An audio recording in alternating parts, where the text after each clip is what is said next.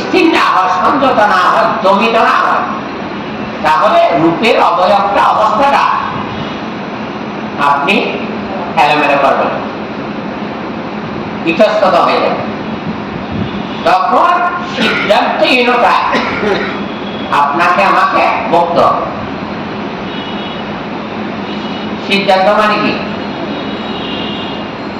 একটা বিষয় চূড়ান্ত করণ।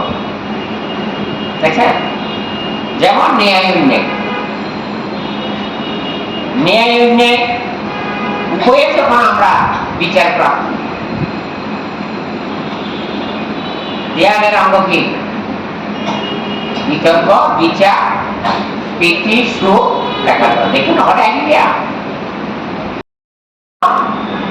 বা তৈরি হয়েছে। তাই আমাকে আমার অবস্থান থেকে সরিয়ে নিয়েছে। সরিয়ে নেওয়া মানে কি?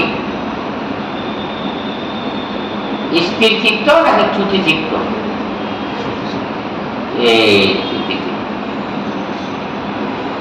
যে কোনো কার্যক্রমে উৎপত্তি, স্থিতি, যেমন রূপকে দেখে রূপের উৎপত্তি,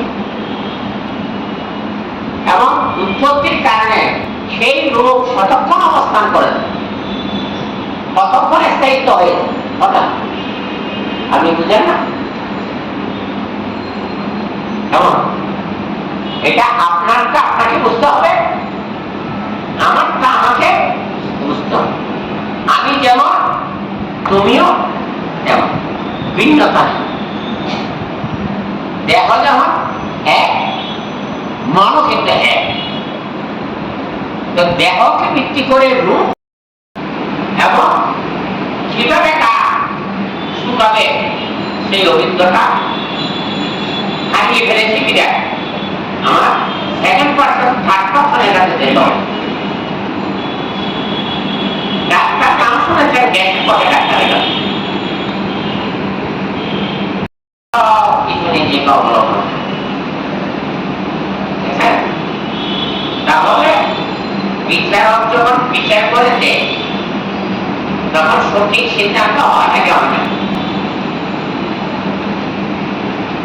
পক্ষপাত হতে দুষ্ট হতে পারে,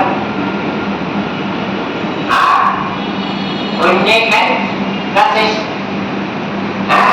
আপনি নিজেকে হারিয়ে ফেলেছেন। কিন্তু ন্যায়কারী সঠিক বিচারটা না হওয়ার কারণে তিনি সিদ্ধান্তহীনতায় পৌঁছে।